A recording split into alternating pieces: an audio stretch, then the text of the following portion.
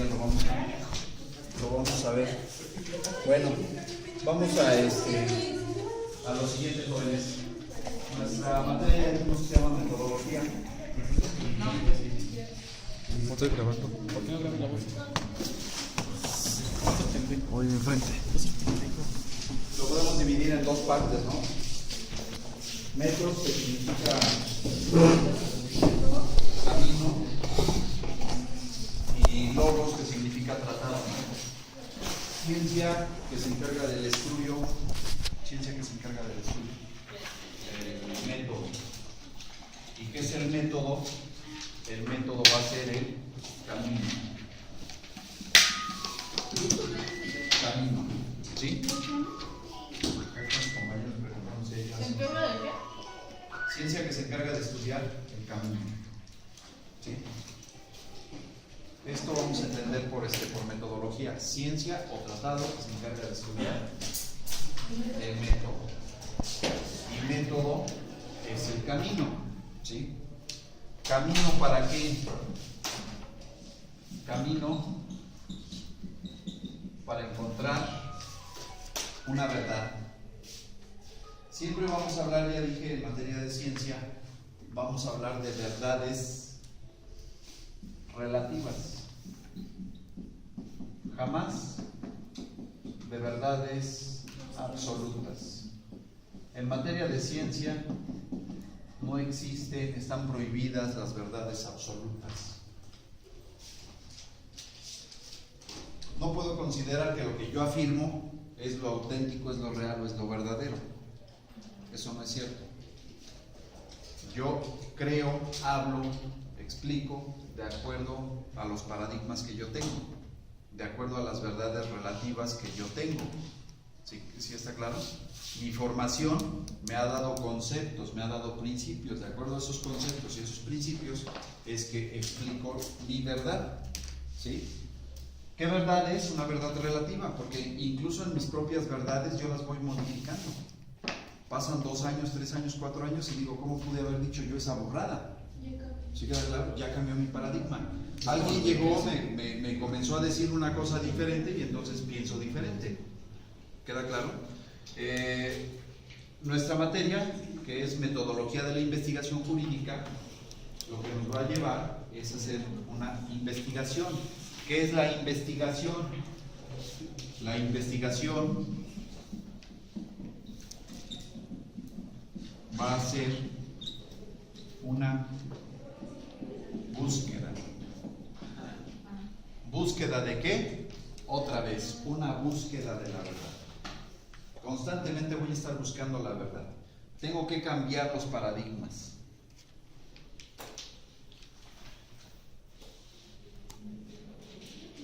Pero ¿cómo lo tengo que hacer? Lo tengo que hacer a través de un orden.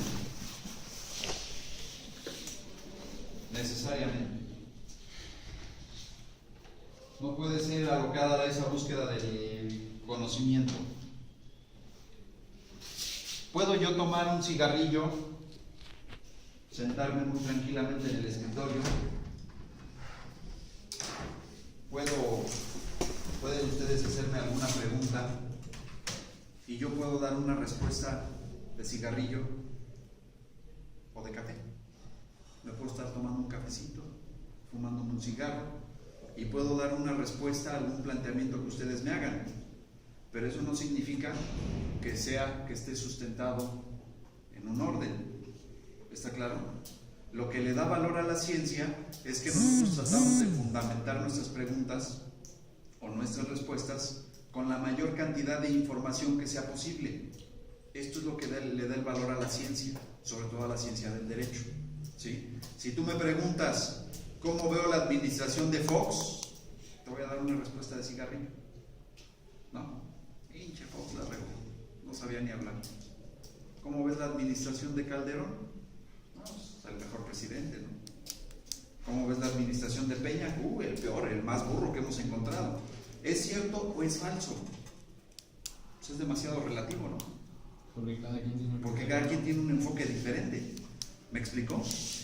Cuando yo me dedico a buscar, cuando yo hago investigación y hago una búsqueda, cuando yo comienzo a llegarme de información, Entonces voy a sustentar, le voy a dar un sustento a la información que yo tengo. Esto es lo que le va a dar un cierto rango de veracidad a lo que estoy afirmando. ¿Queda claro? Y entonces muchas veces la estadística nos ayuda para sustentar esa información. ¿Sí o no? La estadística a veces me va a ayudar a sustentar esa información. ¿Sí? Regularmente los políticos quieren soportar su trabajo a través de números. ¿No es cierto? Lo miden en cuántos kilómetros hice de carreteras. 420 kilómetros de carreteras en 10 meses. ¿No? En 3 hospitales. 4, ¿O cuánto creció la economía? ¿De cuánto creció la economía? ¿No? Decreció un 4%, un 3%, un 2%, lo miden en números. Eso obviamente nos va a dar un parámetro, pero no nos va a dar un soporte, un sustento a la información que estamos dando. ¿Queda claro? Alguien puede decir, estamos creciendo al 3% anual, ¿no? No. Y eso, pues yo me voy a las comunidades de acá enfrente y siguen siendo analfabetas. Entonces tendría que decirle a Peña Nieto que está reprobado en educación, ¿sí o no? Sí. O sea, no puedo hablar de un crecimiento cuando tengo esta comunidad aquí en mi pueblo, donde el 60% de los que están allí son analfabetas. ¿Sí me explico? Entonces, ¿de qué crecimiento me estás hablando? ¿Queda claro? El investigador tiene que ser frío, tiene que ser objetivo. La investigación tiene que ser así. La objetividad significa dar las cosas, decir las cosas tal y cual las estoy observando, quitando mis apasionamientos, quitando mis preferencias, mis gustos o mis problemas. Y esto es algo muy elevado porque no cualquiera lo puede hacer. Si eres priista, panista o perredista, petista, ecologista o talibán, vas a defender tu partido a rajatabla, con los ojos cerrados. Que te digan que es un ratero, vas a decir, no es cierto, es que lo están atacando, pobrecito, no lo dejan trabajar. ¿Y qué crees? Que el investigador debe de verlo con objetividad. O sea, me voy a salir de mis apasionamientos y voy a ver la realidad, una realidad que no es la que yo quiero que se vea, la realidad, lo que estoy observando, lo que es. ¿Queda claro? Me voy a meter a un mundo ontológico.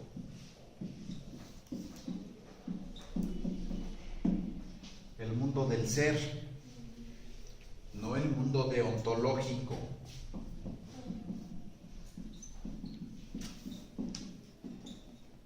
El mundo del deber ser. Cuando hacemos investigación planteamos el mundo ontológico, lo que es, las cosas tal y cual las estamos observando. ¿Sí o no?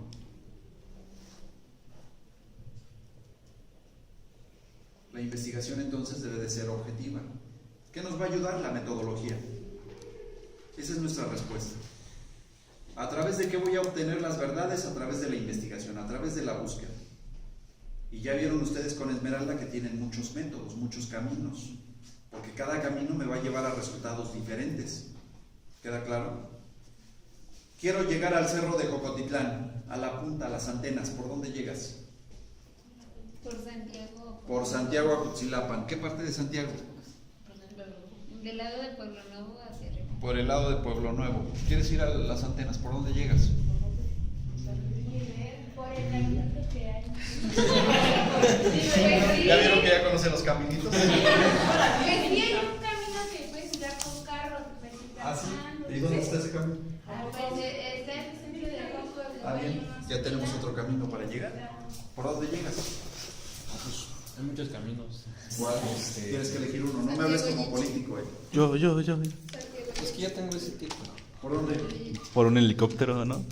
¿Ya ven cómo son niños fresas? Oh, Yo ni soñando pensaría en un helicóptero. No. Por San Antonio. También se puede llegar por San Antonio en Chisi. Yo Ya me pondría callo. unos tenis buenos y caminaría al cerro. Llegas con el relámpago. bueno, pero usted se aguanta, yo ya no. No se aguanto. Te la juego. Por eso se aguanta, yo ya no.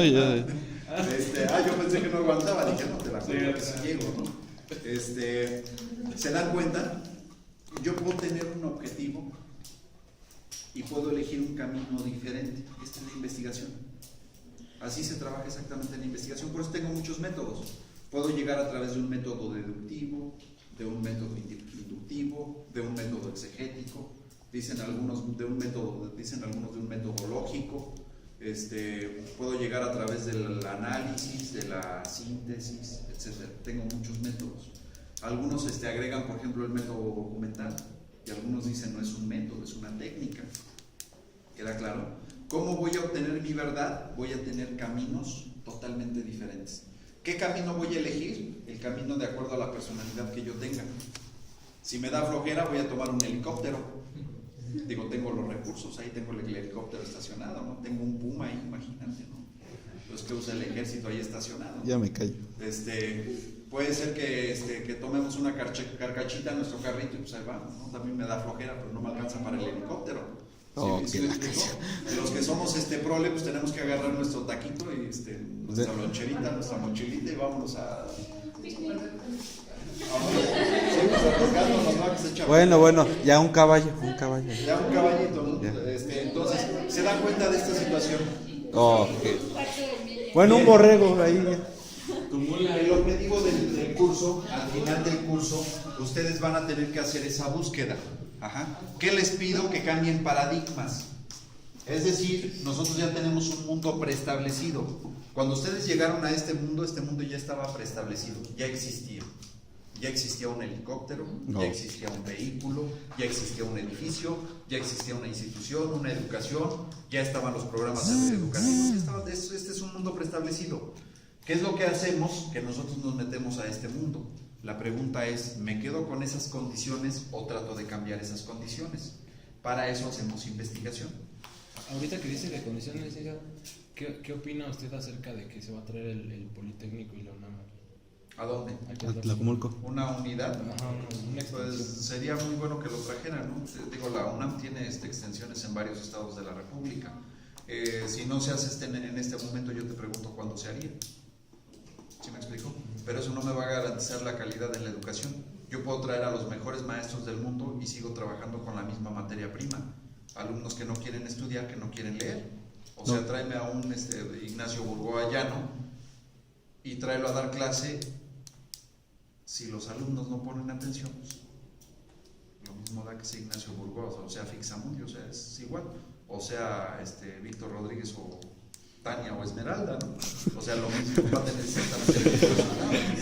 ¿Sí queda claro? Sí. O no van a querer venir a la escuela. O no van a querer venir a la escuela porque es en viernes, ¿no? O sea, tú vas a venir en viernes, por Dios. Está grabado. Ajá. ¿Cómo vas a hacer esta transición? Yo lo veía muy complicado en alguna ocasión, creo que fue en este mismo grupo, alguien me hizo la pregunta en el 2000, no es cierto, fue en el grupo de allá, en el 2000, y me decían, licenciado, ¿cree que ahora sí ya se viene el verdadero cambio? Ya vamos a cambiar. Les digo, eso es una falacia. Solamente los tontos, los ignorantes, mediocres pueden creer esta falacia.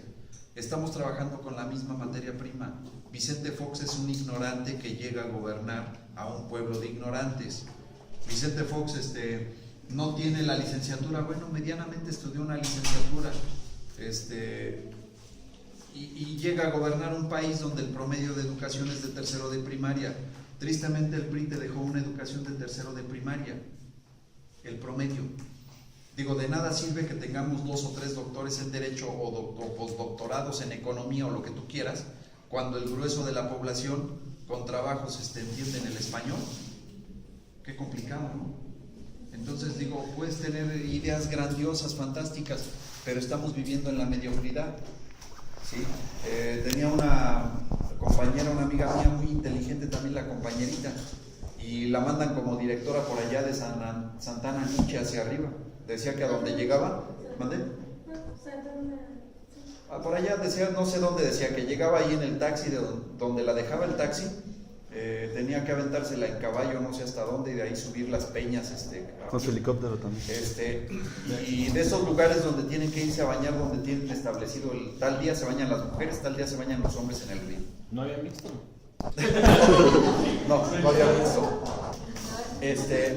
Decía la compañera, Cuando le dieron la plaza, decía mi compañera aquí en Atlacomulco, antes en el centro, esa calle del centro era de doble sentido.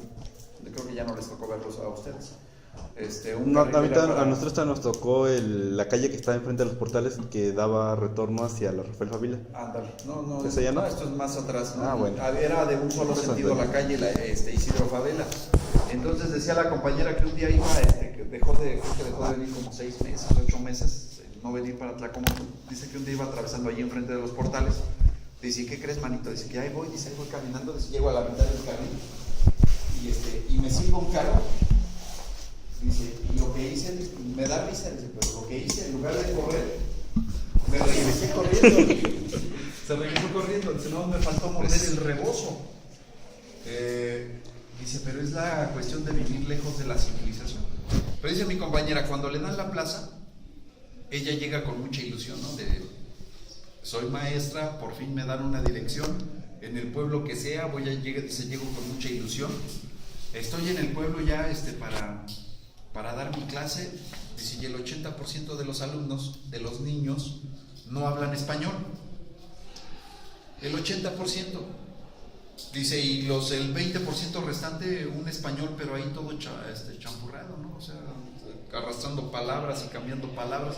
Es muy difícil la comunicación. Yo puedo traer muchas ideas, pero ¿dónde las puedo materializar con gente que no me está entendiendo? ¿Sí me explico en esto? Es complicado, es una situación muy complicada. Aquí decía, les transmitía el pensamiento que nos decía el doctor, el doctor Parent.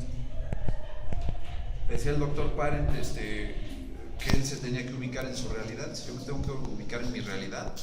Dice, yo tengo que entender que estoy en una universidad de provincia, de un país de tercer mundo.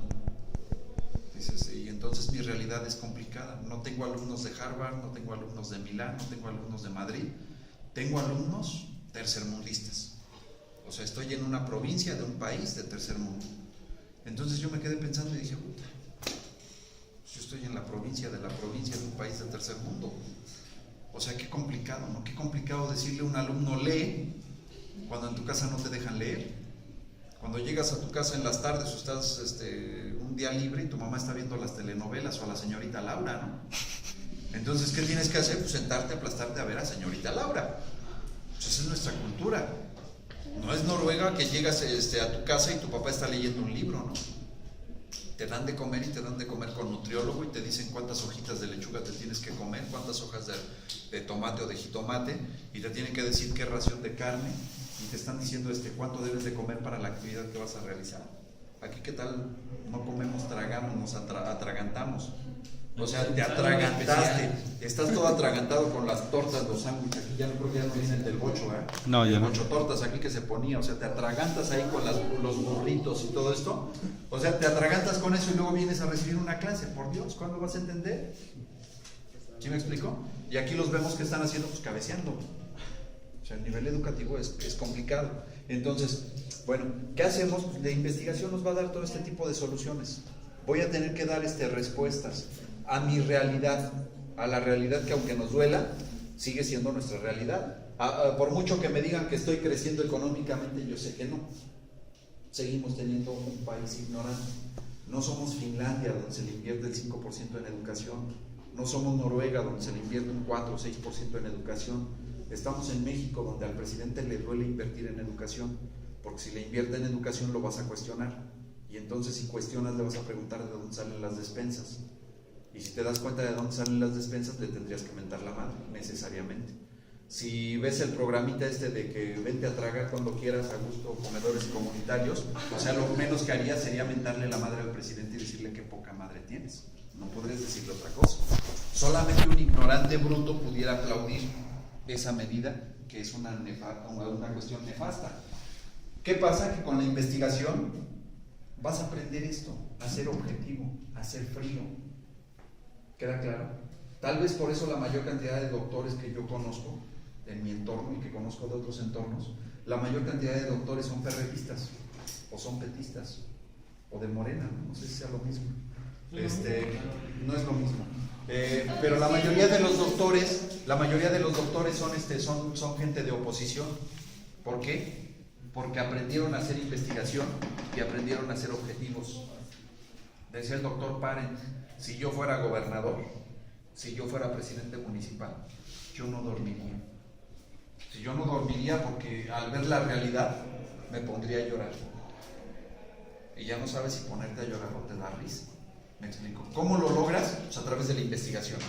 O sea, estos señores no llegaron a esos resultados a través de ser lambiscones o de sacar sus pancartas de voto por voto, casilla por casilla, Cerrar reforma. o de sacar sus pancartas diciendo no a la reforma energética. No, ellos llegaron a sus conclusiones a través de la búsqueda, a través de la investigación. La investigación les da números, les demuestra un mundo de manera objetiva y entonces se dan cuenta que estamos de la jodida. ¿Queda claro?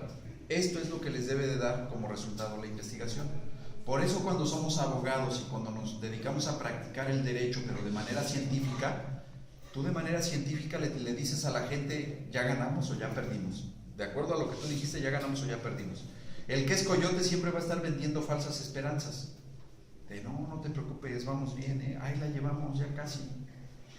Cuando salió el dictamen de ADN y dice que el 99.9% de posibilidades de que seas el papá del producto de la violación, y todavía le dices, no, ahí la llevamos, todavía podemos ganar. ¿Se dan cuenta? Es una falacia, es una mentira. ¿Les queda claro esto? La investigación entonces, la metodología, nos va a llevar esto, a encontrar verdades. Que quede claro, muchachos, no existe una verdad absoluta. Cuando lleguen a su examen recepcional, acuérdense, díganle a los sinodales, le voy a plantear el mundo de acuerdo a la teoría que yo investigué, de acuerdo a la teoría que yo tomé. ¿Queda claro? Para que nosotros nos acerquemos a hacer ciencia en materia de derecho, lo vamos a hacer a través de la teoría. Eso es lo que nos va a ayudar. Nosotros no podemos tomar frasquitos de ensayo y mezclar y hacer combinaciones a ver si explota o no explota. ¿Están de acuerdo? Porque no trabajamos con elementos de la naturaleza. ¿Están de acuerdo o no? No tomamos elementos de la naturaleza. ¿Qué elementos tomamos? La sociedad, el pensamiento. ¿No estamos manejando conceptos? ¿No estamos manejando ideas? Eso es lo que trabajamos. ¿Con qué estamos trabajando? Con intenciones. ¿Sí o no? ¿Qué es esto? Elton. No dije esto como persona, no, dije ¿qué es esto? Observen mi mano. Su mano. ¿Qué es esto? ¿Es un acto libidinoso? ¿Ya tuvo un orgasmo mental? No es cierto, ¿eh? No te emociones. No, espérate, tranquilo, es un ejemplo. Estamos trabajando con ejemplos. ¿Les queda claro esto? ¿Con qué estoy trabajando, jóvenes? Estoy trabajando con intenciones. ¿Se dan cuenta? Y eso pertenece a un mundo ideal, a un mundo de conceptos. Consecuencia, estoy trabajando dentro del área de las ciencias sociales. Estos son ciencias sociales. ¿Queda claro? No puedo experimentar, ¿no? A ver, vamos a experimentar a ver si tiene la misma reacción él que ella. Pues no podemos experimentar, ¿están de acuerdo? Las cosas son como son y punto. Y entonces le tengo que dar una interpretación. Por eso es que tengo un método exegético. ¿Les hablaron de este método exegético? Tengo un método exegético. ¿Qué interpreto? Interpreto la cosa. Sí. ¿No? ¿Qué interpreto, bonita? No. O sea, presuman de sus 10. ¿Mm? ¿Qué interpreto? Eso no está mal. Es muy cuatro de teoría del Estado. ¿Qué interpreto? Si el boleto me ayuda a pasar. ¿Es cierto? ¿Qué interpreto? Las normas jurídicas, el método de la exégesis, lo que está establecido en una norma jurídica. La escuela de la exégesis, ¿no la vieron con Chaparro? No. Ya me está fallando Chaparro. Todas las materias se complementan. Método exegético, método de la exégesis, método de interpretación. ¿Qué interpreto? Lo que el legislador quiso decir. ¿Qué quiso decir? Y entonces tenemos que aventarnos la interpretación de la norma jurídica. Y entonces después de la antigua Roma, en la Edad Media, aparecieron los glosadores y los posglosadores. ¿Qué es lo que hacían? Sobre la ley, sobre lo que estaba escrito, hacían anotaciones de las interpretaciones que se podían dar a las palabras. ¿Qué estaban aplicando? Un método exegético. ¿Qué estoy interpretando? Estoy interpretando el contenido de las normas jurídicas. ¿Sí queda claro? Hay mucha gente, por eso en nuestro mundo tenemos gente que se dedica al positivismo, porque creen que todo lo que es jurídico es lo que está en la ley. ¿Ya leyeron ustedes la teoría pura del derecho? ¿Sí o no? ¿Y qué dice Hans Kelsen? Quítale todos los elementos al derecho, todo. Quítale religión, quítale política, quítale moral, quítale psicología, quítale criminología, quítale todo. Y lo que nos quede de norma jurídica, el derecho lo vamos a interpretar a través del propio derecho. Y eso es derecho.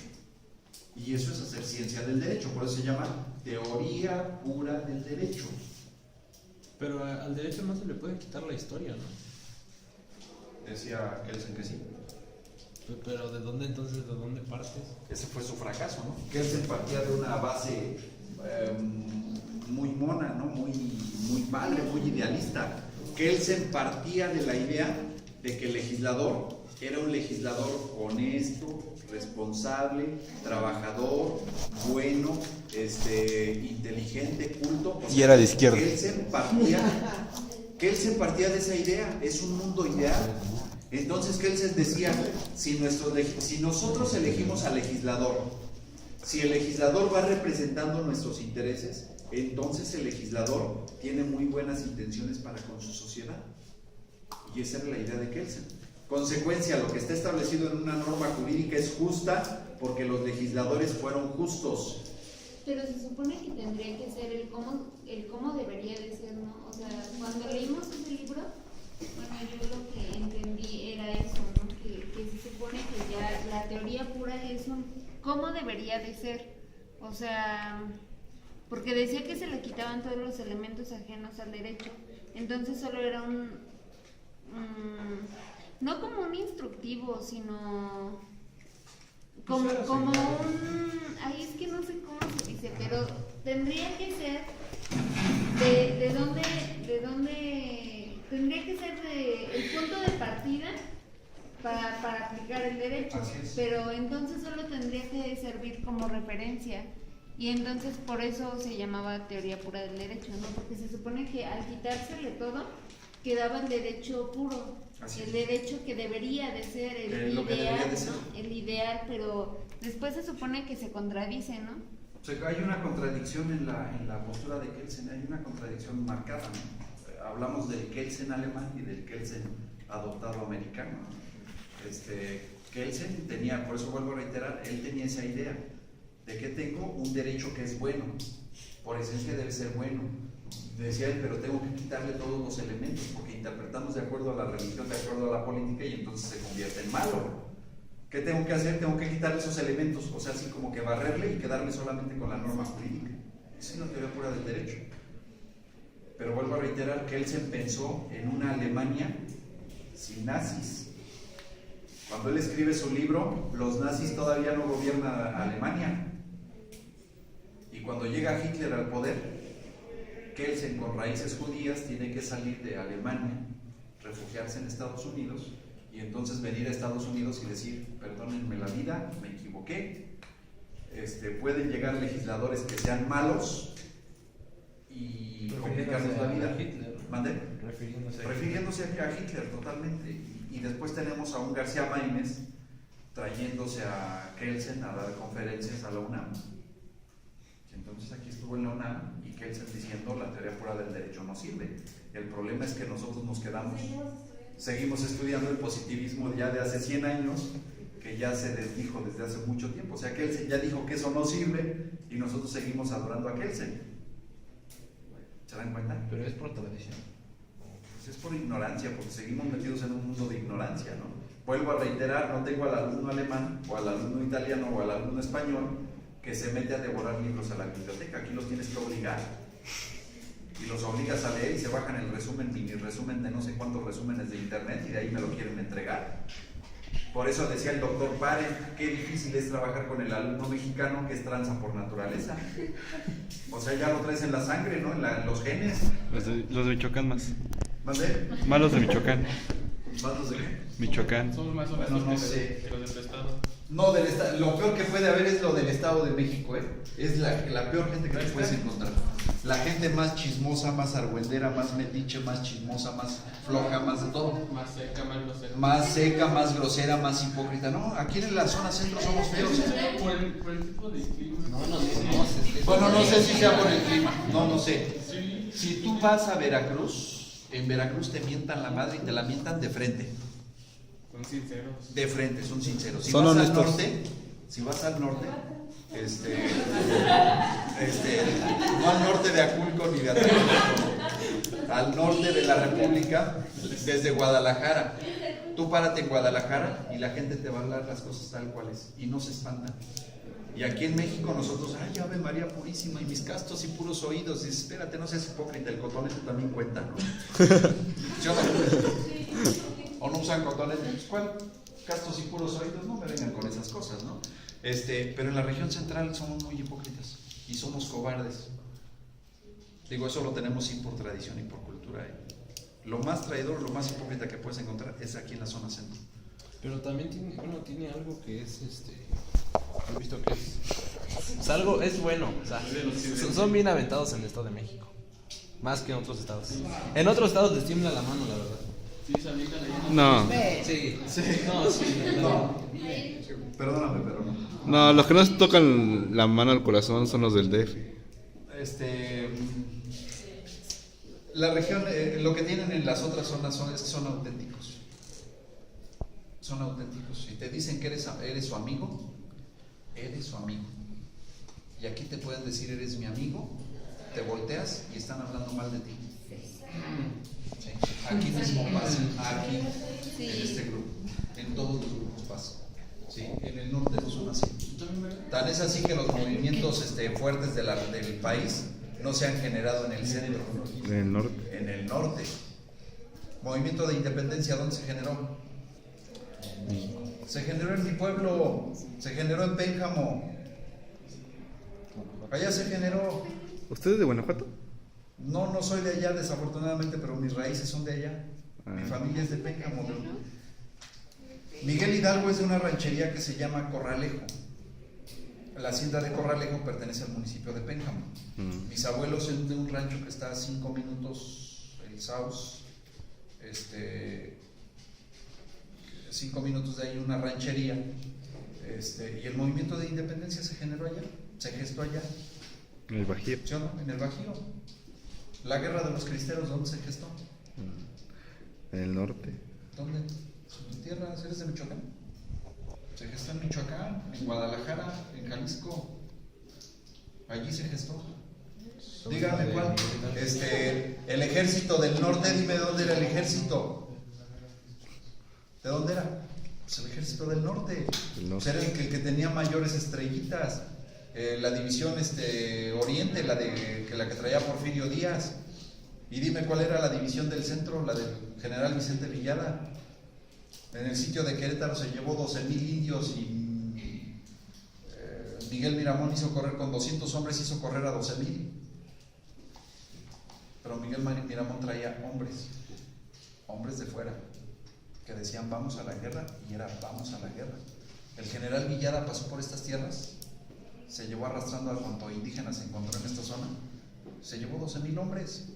El sitio de Querétaro lo hicieron con 45,000 hombres, pusieron alrededor Mariano Escobedo. Fíjense nada más. Y de esos 45,000 hombres, 12,000 eran del Estado de México. Y allí donde les dijeron aquí quédate en el Cerro del Cimatario, allí corrieron cuando llegaron 200 hombres de Miguel Miramón.